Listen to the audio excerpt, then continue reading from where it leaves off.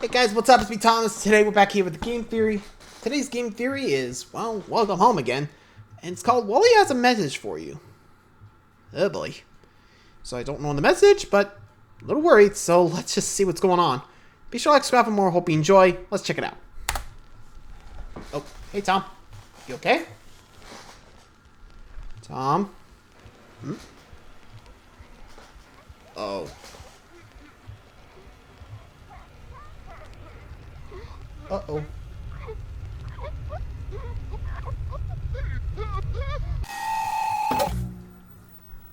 Hello Internet! Welcome to Game Theory, the show that always welcomes you home like a good neighbor should. And if you want to be the best neighbor, you can go ahead and click that subscribe button. That way, you will see as we do, neighbor. If you couldn't tell from the bad wordplay and weird glitches, today we are revisiting a franchise that I have been so excited to jump into ever since I became host of the channel. The creative and artistic horror experience, Welcome Home. I have been hooked on the way that this website tells its story, with spelling errors, drawings, and literal bugs revealing to us the strange and wonderful world of this long-forgotten 70s edutainment show, and a group known as the Welcome Home Restoration Project that is trying desperately to revive it. But in classic ARG fashion, there are dark secrets beneath the surface. Spooky audio messages, hidden pages, and disturbing videos all showing us that this charming neighborhood might not be so charming after all. In fact, it's way more than just a kid's show. It's a cult. A cult that worships an all-powerful entity that lives in the center of their town, the sentient house known simply as Home, and led by its faithful servant and Mr. Rogers stand-in, Wally. In our last couple of theories, we've established that Wally has somehow managed to make contact with the real world. This is all in order to indoctrinate the WHRP and eventually the world through the exhibitions that were being put on. However, it became clear that Wally might not actually be doing this willingly, which I guess makes sense. No one could be evil and wear stylish soft boy cardigans like that. I should get me one of those. Amy, can we make one of those? Only if you prove that people want to buy it. You know what to do, guys. Get down in those comments. Anyway, where was I? Wally. It turns out that Home has been controlling Wally this whole time, but now he's trying to fight back, and he's not the only one. There's someone else from the neighborhood that's been using the bugs on the website to expose Home's plan. The local bug enthusiast and resident grump, Frank Frankly. But now, after all this time, the internet darling, Wally darling, is back, and he's got a shiny new website in celebration of home warming, which is Welcome Home's version of Christmas in March. So, as you can tell, things are already not adding up, which means there's likely going to be a bunch of brand new lore waiting for us in the neighborhood. So, even though it's spring, wrap up warm, get a hot cup of cocoa, and join me, neighbor, as we uncover the secrets behind this new website and spread the holiday cheer for all to hear. For all to hear. For all to hear. First of all, when I say Yikes. So I'm guessing the Welcome Home site got a new update. Oh boy. So, let's just hope Frankly can help Wally get out. But, sheesh. That's the big question. How do you think they're going to be able to beat Home? Just banish it to another dimension? Hopefully not ours, because we'd be in trouble. Anyway, let's just check out the lore and see where Welcome Home's going after this. New website. I really do mean it. This isn't just an update. The old website has been taken down and a new one has been rebuilt in its place in order to get rid of all those pesky bugs, glitches, and files. There are these weird new doodles around the website, but I clicked on them and nothing happened, so it seems like this reboot was a success. Other than that, the website seems relatively similar to the old one, outside of the new Christmas themes. But if you take a look at the news section, there's a newsletter that tells us all about the new stuff they have over on the merchandise page. So, I guess that's where we're going next. And they really weren't lying. This is by far the biggest part of the update. There are audio files from Welcome Home commercials, songs sung by members of the neighborhood, including Wally's tone-deaf rendition of the song Toyland by Doris Day.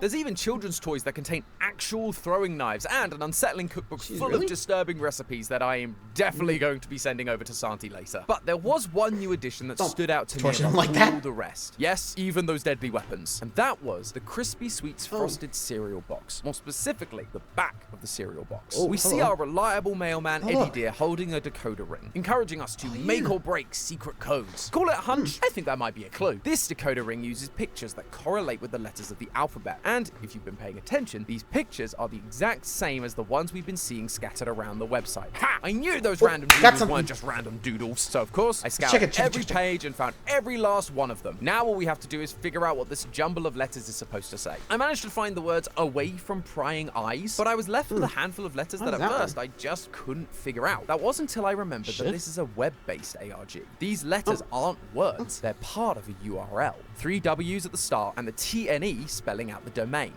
.net, giving us the website www.awayfrompryingeyes.net. And sure enough, type that into your search bar and we're taken to a brand new website. This site contains the writings from a member of the WHRP, gathering evidence of all the weird glitches from the old website, trying to figure out what's going on. Going down the page, we can see that the writer is named W, which feels suspicious given the only character we know with W as the first letter of their name is Wally. However, we don't really get anything more to go on, so I'm just going to leave that be for now. But make no mistake, I'm watching. We're watching. Regardless, I started reading what W had to say, and as I did, it occurred to me that we've actually met this character before. In this post, W notes his frustration. Quote, "No one has come forward or provided leads, and dead ends have since piled up," which lines up with a quote from a newsletter that was posted during a minor update back in October, the Halloween update, where again, the writer is very vocal about the lack of information. Our source has yet to send the full book. I don't understand why. What is it worth to leave it out? Ripping out pages. What a waste. It takes so long to get everything off of them. Still, we're patient, aren't we? If you're reading this, please hurry. So, it would appear that W is the one writing the newsletters. But those aren't the only writings of theirs that we've seen before. Remember on the original website where we found text that said things like, "When I unwrapped the first letter, I felt it. I heard it.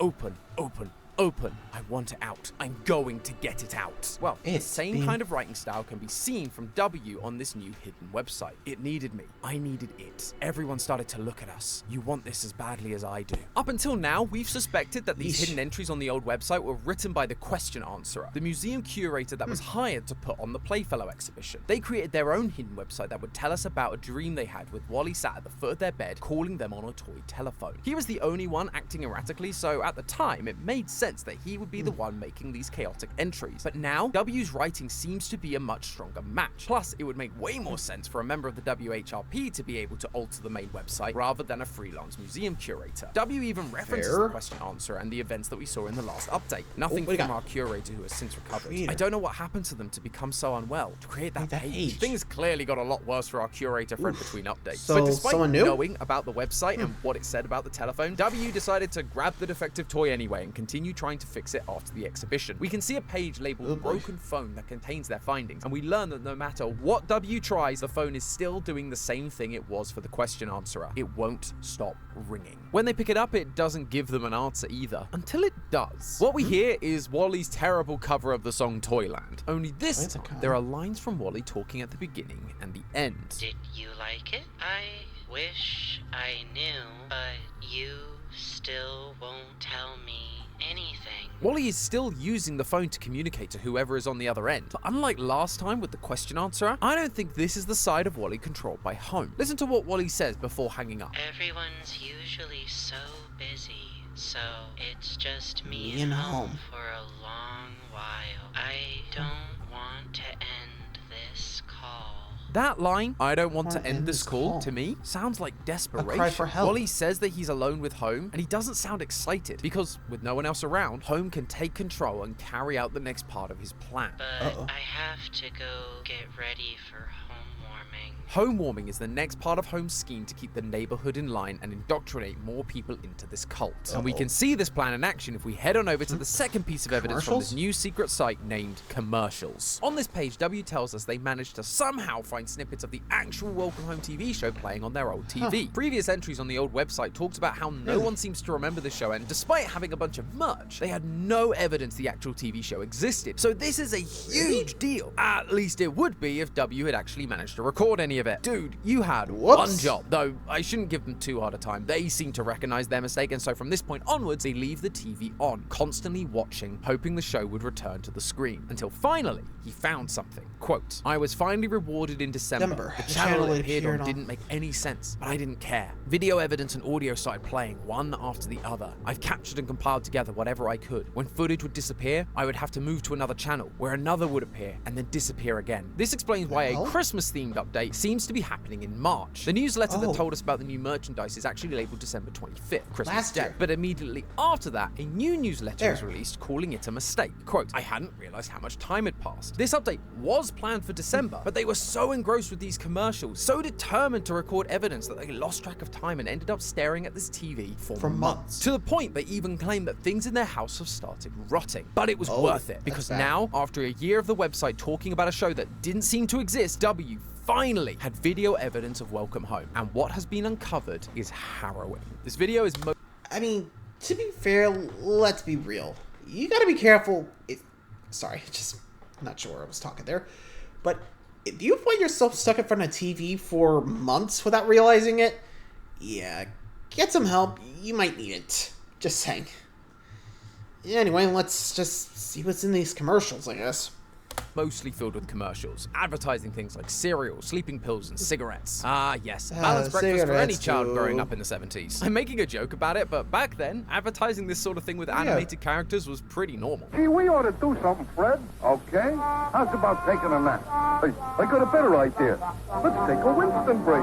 That's it! However, morally questionable adverts aren't the only thing this video includes. W laments that the original show they saw never reappeared again, except for a couple of clips from the perspective of a character we've not actually spent a lot of time with. Compared to the likes of Wally, Frank, or Barnaby, he felt like a bit of a background character. But now, he seems to be taking center stage, showing us that decoder ring that got us started on this whole journey. I'm talking about Welcome Home's reliable mailman, Eddie Deer. In these clips, we see Eddie wondering why no one asked him to deliver anything, and so, to pass the time, he starts wrapping presents for his friends, but constantly begins to doubt his choices. If no one is trusting him with the mail, are his choices even good enough? Well, no one has asked me to deliver nothing yet. Let's wrap Sally's presents first.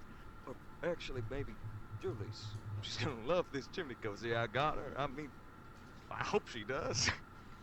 Well, come to think of it, Julie hasn't called me either. All of this eventually leads to frustration. He slams the desk and throws things around because he feels useless and alone. How am I supposed to do my job when no one gives me something to do? Poor guy. Just give the man something to deliver. It's all he has. But these clips highlight something that has been bubbling away under the surface of Welcome Home pretty much since the beginning. Eddie is an outcast. In our last theory, we showed that the interactions between the neighbors are not as harmonious as they seem. But looking more closely, you realize that out of all of them, Eddie is the one that is most often mistreated, insulted, or taken advantage of. When Eddie is talking to Howdy about what he's doing that day, Howdy just waves him off. Just in a rush today. I'm a little behind with my delivery.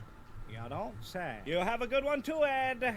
Boy, that fella can talk your ear off. Barnaby chases him down the street demanding his delivery. And in a secret video from the Halloween update, Sally is talking about a famous performer. Eddie recalls that same performer, and Sally says, Even the mailman gets it. Even the mailman gets it, as if he's somehow lesser. Clearly, the town thinks very little of Eddie, but there's something else that stood out to me. Why is there no mail? It's the holiday season, surely there's something for Eddie to deliver. Even when the neighbors are being mean to him in those previous videos, he's still going around delivering mail. Hence, Barnaby is even able to chase him down the street. So, where has all the mail gone? Well, do you guys remember the guest book from the original Welcome Home website? The one that had all those reaction drawings from Wally that helped us figure out he was talking to us? And do you remember what greeted us before we entered that guest book? A colorful envelope, a pixel art version of Eddie Deer, and an image telling you to visit the guest book next to another image of Eddie. Eddie is associated with the guest book, almost as if he's responsible for delivering those messages. But what you might also remember is that back in July, the guest book was closed in order to stop Wally from interacting with us. Quote, I'm closing the guest book. I'm not playing this game anymore. The ringing is enough. You could still see the guest book, but you were no longer able to submit new entries. There were no new messages to pass on, no new letters to deliver. And that's why, come home warming, Eddie has run out of stuff to deliver, because the well of fan interactions has dried up, meaning he's out of a job, and now he's starting to crack, and that is exactly what Home wants. This video continues with the residents all heading to home for the home warming party. Eddie sits in an armchair and the narrator says, Eddie Deer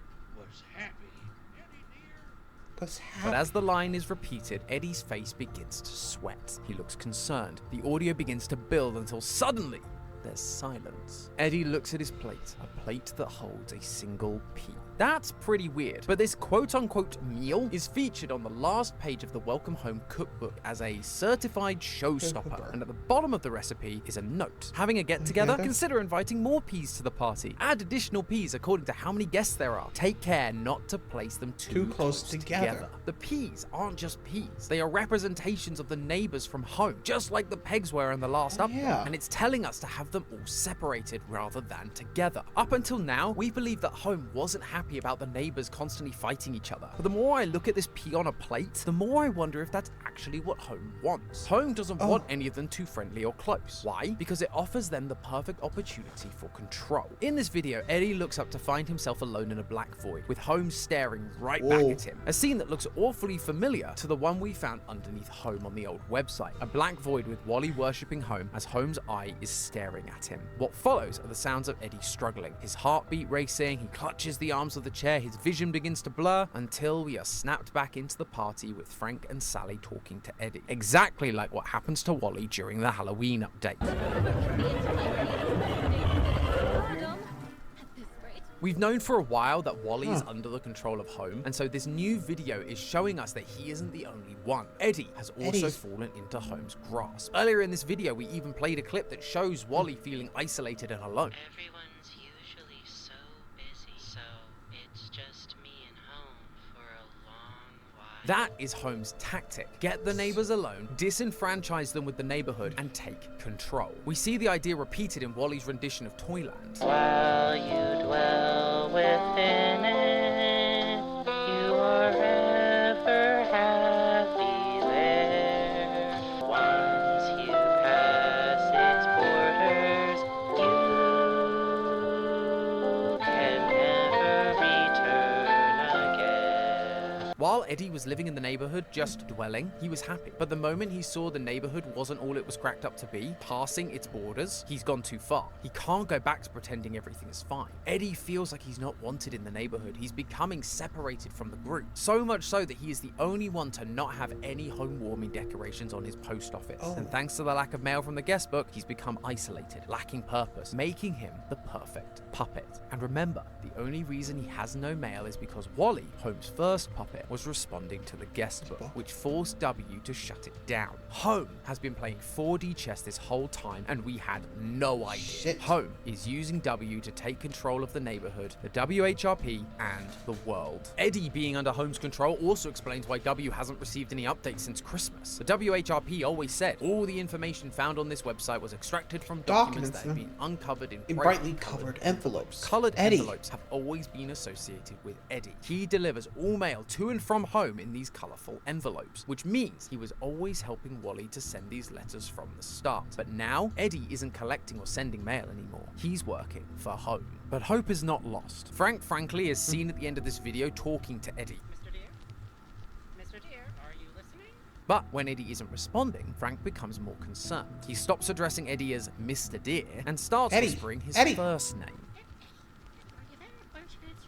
As we discussed last time, Frank is the man on the inside. He was the one we found on the Question Answerer secret website in a picture that showed him with human hands surrounded by his own body parts. He is using these to disguise himself and uncover the cult at the center of the neighborhood. Now, he's using the bugs and secret videos to help us realize that horrible truth. As Eddie can barely get a word out during this encounter, it seems like Frank is aware of what's happening to him. He's becoming another puppet for Home's game, and so he's trying to help him break away. Each time Frank says Eddie's name, Eddie's vision becomes clearer. Kind of like how in the secret videos we found by clicking Frank's bugs, we see Wally's vision begin to glitch out when his name is mentioned. These videos are from Frank, so he knows that saying their names, expressing concern and building those connections, it can disconnect them from home. But he does it in whispers so the rest of the neighbors, and especially Wally, can't hear him. Again, the other neighbors don't know that Frank isn't who he says he is, so he's being secretive in what he's doing while trying to help Eddie out best he can. But as we've discussed, W hasn't received any new mail since Christmas, which means this fix is likely only temporary. And with 2 out of 8 members of the neighborhood under Home's control, it's only a matter of time before the rest of the town succumb to Home's plan. And if Home has their way, we'll all be joining them down in the void very soon. But hey, that's just a theory. A game theory! Thanks for watching. And if you like ARG... Yep. Sounds like this boy is really starting to pick up. I don't know who's next for Home, but It ain't gonna end well for whoever Holman's targeting. Not good. Anyway, thanks for watching, guys. Till next time, see ya.